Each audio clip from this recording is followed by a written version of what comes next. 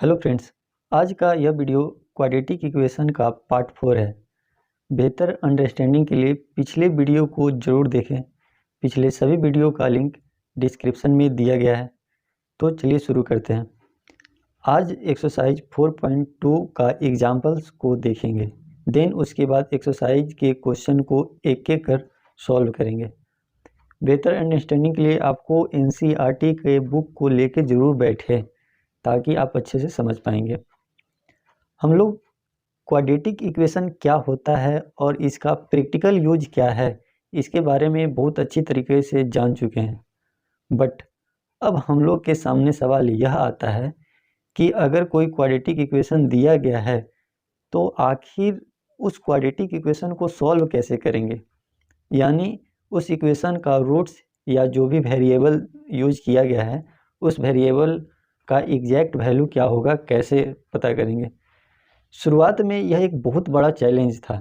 अभी तो इसको कोई भी सॉल्व कर सकता है बिकॉज अभी बहुत सारे मेथड आ गए हैं।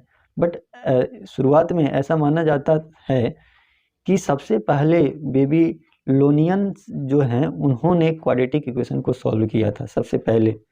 अभी तो बहुत सारे हैं सॉल्व करने के तरीके, बट शुरुआत में इन्होंने ही सॉल्व किए थे। उसके बाद जैसे बहुत सारे मैथमेटिशियन आए जिन्होंने क्वाड्रेटिक इक्वेशन को सॉल्व करने का अपना अलग अलग तरीके को प्रपोज किया। जैसे यूक्लिड ने क्वाड्रेटिक इक्वेशन का सॉल्व ज्योमेट्रिकल तरीके से किया, यानी कि उन्होंने ज्योमेट्रिकल तरीका अप्लाई करके क्वाड्रेटिक इक्वेशन के रूट्स को फाइंड आउट किए थे। वैसे ही बहुत सारे और भी मैथमेटिशियन आए, जैसे भास्कर आए तो इन्होंने क्या है कि एक अलग तरीका यानी कि कंप्लीटिंग स्क्वायर मेथड जो है ना तरीका ईजाद किया, यानी कि इन्होंने यह एक नया तरीका था क्वाड्रेटिक इक्वेशन को सॉल्व करने का। कंप्लीटिंग स्क्वायर मेथड से इन्होंने क्वाड्रेटिक इक्वेशन को सॉल्व करके रूट्स बताए थे। ठीक है, उसके बाद सबसे लास्ट में यानी कि यह आते हैं जैसे कि एक श्रीधराचार्य ने इन्होंने एक बहुत ही अनोखा मेथड याद किया। इन्होंने एक क्वाड्रेटिक इक्वेशन को निकालने का, सॉल्व करने का, रूट्स निकालने का इन्होंने एक फार्मूला ही तैयार कर दिया जिसे क्वाड्रेटिक फार्मूला कहते हैं, यानी कि डायरेक्टली आप किसी भी क्वाड्रेटिक इक्वेशन के रूट्स को इस फार्मूला के माध्यम से निकाल सकते हैं। ऐसे अभी बहुत सारे मैथमेटिशियन या स्टूडेंट्स इस सभी अलग अलग तरीक़ा से सॉल्व करने का प्रयास करते हैं। हो सके कहीं वे लोग सफल भी हो सकते हैं। तो आपको भी यह प्रयास करना चाहिए, क्वाड्रेटिक इक्वेशन को सॉल्व करने के बहुत सारे डिफरेंट तरीके सोचने चाहिए। मे भी हो सकता है कि आप भी सफल हो सकते हैं। अब हम आपको बता दें कि इस क्लास में यानी कि क्लास 10th में और इस चैप्टर में आपको ना सिर्फ और सिर्फ क्वाड्रेटिक इक्वेशन को 3 तरीक़ा से सॉल्व करना ही सीखना है। एक फैक्टराइजेशन मेथड, दूसरा कंप्लीटिंग स्क्वायर मेथड और थर्ड क्वाड्रेटिक फार्मूला। बस आप यह 3 तरीका पढ़ लिए यानी कि यह चैप्टर ख़त्म। यानी कि यह चैप्टर में कुछ नहीं है, बस वही क्वाड्रेटिक इक्वेशन को डिफरेंट तरीके से सॉल्व करना सिखाया गया, यानी कि factorisation method, completing square method और क्वाड्रेटिक फार्मूला। और हम आपको यह जरूर बता दें कि यह मेथड जो है ना एग्जाम में जरूर पूछता है। कभी कभी पिछले एग्जाम में पूछा हुआ था कि एक क्वाड्रेटिक इक्वेशन दे दिया था, बोला गया था कि इसको ना कंप्लीटिंग स्क्वायर मेथड से इसके रूट्स को फाइंड आउट कीजिए। तो आप किसी भी मेथड को इग्नोर नहीं कर सकते हैं। ठीक है, तो चलिए स्टार्ट करते हैं। तो आज सबसे पहले अब यहाँ पे क्या पढ़ेंगे, यानी कि यह 4.1 हो गया था एक्सरसाइज। इसमें सॉल्यूशन नहीं था, इसमें केवल मैथमेटिकल अलजेब्रिकली रूप से रिप्रेजेंट करना था। अब यहाँ से आता है सॉल्यूशन।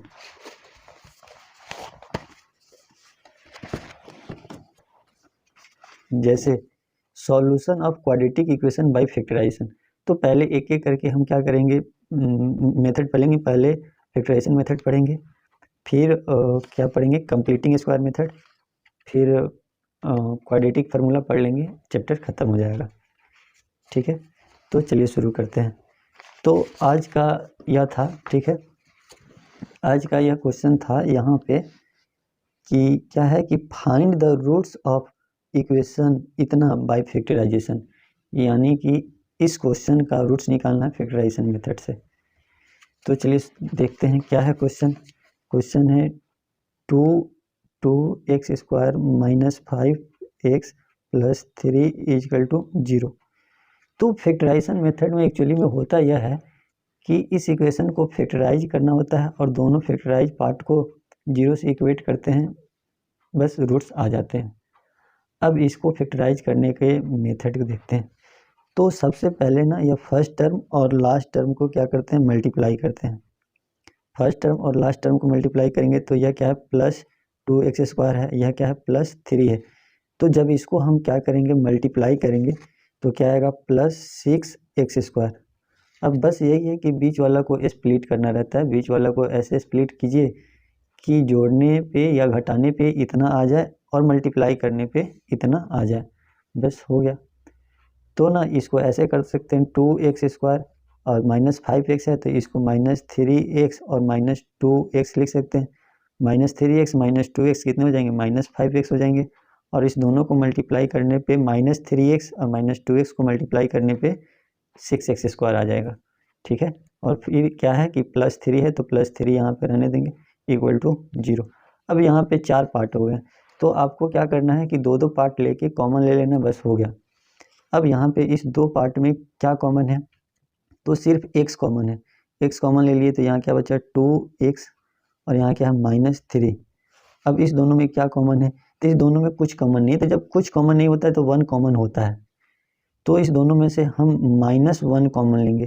तो जब -1 कॉमन लेंगे तो यहाँ पे क्या हो जाएगा, 2x, ये क्या हो जाएगा, प्लस में हो जाएगा, -3 हो जाएगा, =0। आखिर फिर इसको मल्टीप्लाई करने पे -2x, इसको मल्टीप्लाई करने पे +3, यानी कि जब माइनस कॉमन लेते हैं तो यह साइन चेंज हो जाता है।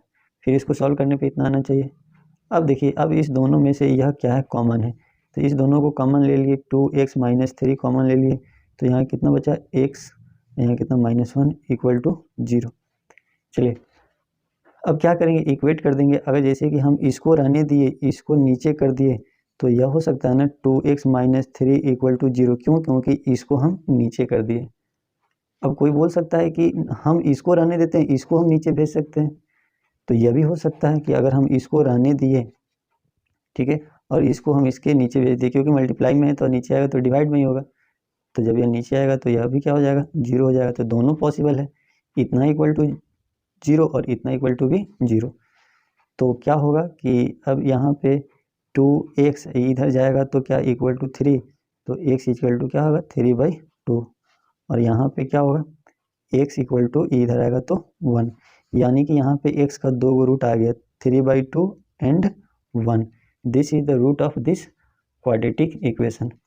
कहने का मतलब यह हमेशा याद रखिए कि यहाँ पे जैसे यह क्वाड्रेटिक इक्वेशन था, 2x² -5x + 3 = 0, तो यहाँ पे हमेशा याद रखिएगा कि यह क्वाड्रेटिक इक्वेशन है। सो इसलिए इसका मैक्सिमम जो है ना सॉल्यूशन या रूट्स 2 हो सकता है, 2 से ज़्यादा नहीं हो सकता है।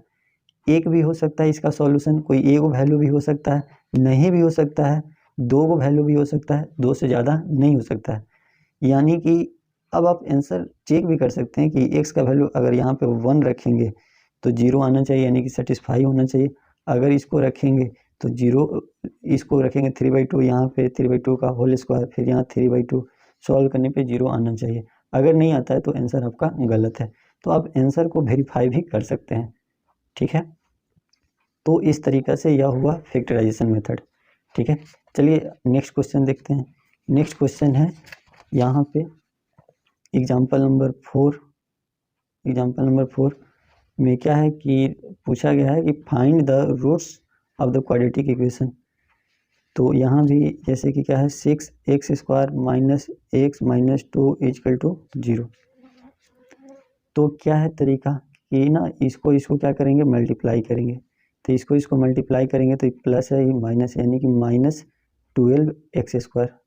अब बीच वाले को ऐसे तोड़ना है कि क्या हो जाए, -1 आ जाए और मल्टीप्लाई करने पे -12 आ जाए।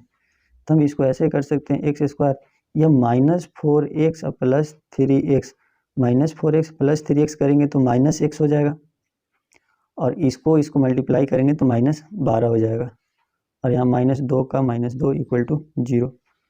आप यहाँ पे ई नहीं कर सकते हैं, जैसे कि -4x और +3x ही कर सकते हैं।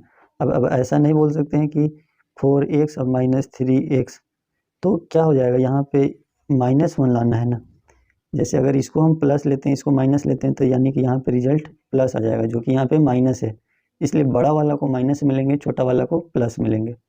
ठीक है, अब क्या हुआ कि इस दोनों को दो पार्ट में बट गया। अब इसमें से क्या होंगे, 4 पार्ट में बट गया है, तो दो दो पार्ट में ले लेंगे। इसमें से क्या कॉमन है, तो 2x कॉमन है। अगर 2x कॉमन ले लेंगे तो यहाँ कितना बचेगा, 3x, यहाँ माइनस x बाहर चला गया तो क्या बचेगा 2। फिर अगर इसको हम मल्टीप्लाई करेंगे तो इतना आना चाहिए, इस चीज़ का मल्टीप्लाई करेंगे तो 6x², फिर इस चीज़ का मल्टीप्लाई करेंगे तो 4x, फिर प्लस इस दोनों में कुछ कॉमन नहीं है, तो जब भी कुछ कॉमन नहीं होता है तो 1 कॉमन होता है, 1 कॉमन ले लिए +1, तो यहाँ क्या हो जाएगा 3x - 2 = 0।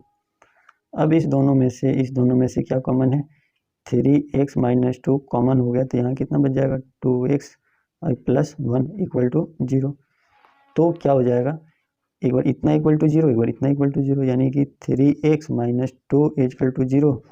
उसके बाद क्या हो जाएगा 2x + 1 = 0। तो इसको क्या करेंगे, 3x = क्या हो जाएगा, ये 2 हो जाएगा, x = 2/3। यहाँ पे क्या हो जाएगा 2x, ये इधर जाएगा तो -1 हो जाएगा, तो x = क्या हो जाएगा -1/2, या आके नीचे डिवाइड में, यानी देयरफॉर x का वैल्यू क्या हो जाएगा 2/3 एंड -1/2, यानी कि इस इक्वेशन का 2 गो या क्या हुआ सॉल्यूशन हुआ, 2 गो रूट हुआ, क्या क्या 2/3 और -1/2। यानी कि इसका मतलब यह है कि अगर x के जगह पे 2/3 रखेंगे और इस सबको सिंप्लीफाई करेंगे तो 0 आ जाएगा, या अगर -1/2 भी रखिएगा यहाँ पे इस x के जगह पे यहाँ पे और सॉल्व कीजिएगा तो 0 आ जाएगा। ठीक है, चलिए आगे बढ़ते हैं। आगे है एक नेक्स्ट क्वेश्चन नंबर 5, यानी कि एग्जाम्पल 5 भी क्वाड्रेटिक इक्वेशन दिया हुआ है, find the roots of quadratic equation. तो यहाँ पे क्या दिया हुआ है, 3x² - 2√6x + 2 = 0। अब इसको सॉल्व करना है, तो कैसे होगा सॉल्व। अब यहाँ पे देखिए, इसको मल्टीप्लाई करेंगे तो क्या आ जाएगा 6x² + 6x²। अब यहाँ पे ऐसे इसको स्प्लिट करना है, तो देखिए कैसे करेंगे, 3x², इसको ऐसे लिख देंगे -√6x और -√6x। जैसे कि आप जानते हैं कि -√6 और -√6 क्या हो जाएगा 2 - 2√6 हो जाएगा। पता है क्यों, क्योंकि यहाँ पे √6 का एगो है, माइनस एगो है, ये भी √6 माइनस एगो है, तो क्या हो जाएगा 2 हो जाएगा, वो भी माइनस में, और √6 और √6 को गुना करेंगे तो 6 भी आ जाएगा। तो यानी कि इसको ऐसे ही स्प्लिट करेंगे, -√6x -√6x और +2 = 0। अब इसमें से हम क्या लेते हैं, कॉमन लेते हैं। तो एक ध्यान से देखिएगा कि √6 में क्या है, √3 भी है और √2 भी है। ठीक है, यानी कि √6 में √3 भी है और √2 भी है, और 3 में √3 गुने √3, 2 गो √3 है, फिर √3 मल्टीप्लाई करेंगे तो क्या आ जाएगा 3 आ जाएगा, यानी कि इसमें भी √3 है और इसमें भी √3 है। तो √3 हम कॉमन ले लेंगे तो यहाँ कितना बच जाएगा, √3 और √3x कॉमन हो जाएगा ना, √3x कॉमन हो जाएगा, तो यहाँ कितना बच जाएगा, एक √3 बचेगा और x, फिर आप इसको मल्टीप्लाई कीजिएगा तो 3 आ जाएगा, और x², माइनस यहाँ से तो x चला गया है, √3 चला गया, तो केवल क्या बचेगा √2। ठीक है, फिर वैसे ही इसमें भी √2 है, इसमें भी √2 है, तो अब -√2 कॉमन लेंगे तो यहाँ कितना बच जाएगा, √3x बचेगा और यहाँ -√2 बचेगा। फिर आप इसको मल्टीप्लाई करेंगे तो यहाँ पहुँच जाएंगे, और निश्चित रूप से आप यह जरूर देखिएगा कि यहाँ और यहाँ वाला सेम होना चाहिए, किसी भी कंडीशन में यह और यह सेम होना चाहिए, तभी हम इस दोनों को कॉमन ले पाएंगे। अगर सेम नहीं हो पा रहा है तो फिर इधर कहीं ना कहीं गलत हो रहा है, इस बात पे ध्यान दीजिएगा। अब इस दोनों में से यह क्या है, कॉमन ले लेंगे, √3x - √2 कॉमन लिए तो यहाँ कितना बच जाएगा, √3x और -√2 = 0, यानी एक बार इतना = 0 और एक बार इतना = 0, यानी कि √3x - √2 = 0, और क्या हो जाएगा √3x - √2 = 0। अब इसको सॉल्व करेंगे तो यह इधर जाएगा तो √3x = क्या हो जाएगा, इधर आएगा तो √2, तो x = क्या हो जाएगा √2/√3। ठीक है, सेम उसी तरह यहाँ भी क्या हो जाएगा, a root 3x equal to √2 x equal to √2 by √3। यानी कि यही आपका एक क्या है कि अच्छा नीचे एक बात ध्यान दीजिएगा कि नीचे कभी रूट में नहीं रहता है, तो इसको रेशनलाइज करके इसके रूट को ख़त्म कर देंगे। तो क्या हो जाएगा √2 बाई √3, तो √3 से ऊपर नीचे मल्टीप्लाई कर देंगे ताकि नीचे का रूट ख़त्म हो जाए। तो ऊपर क्या हो जाएगा √6 बाई नीचे 3।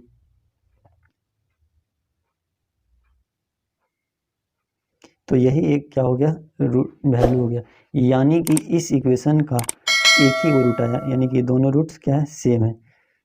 ठीक है, तो आज के वीडियो में इतना ही। अगले वीडियो में हम इसके क्वेश्चन को देखेंगे। क्वेश्चन यानी कि क्या एक्सरसाइज 4.2 में लगभग 6 क्वेश्चन इसमें है और एक एग्जाम्पल जो है, एक एग्जाम्पल 6 बच जाएगा। तो इसको अगले वीडियो में हम सॉल्व करेंगे। ठीक है, तब तक के लिए धन्यवाद।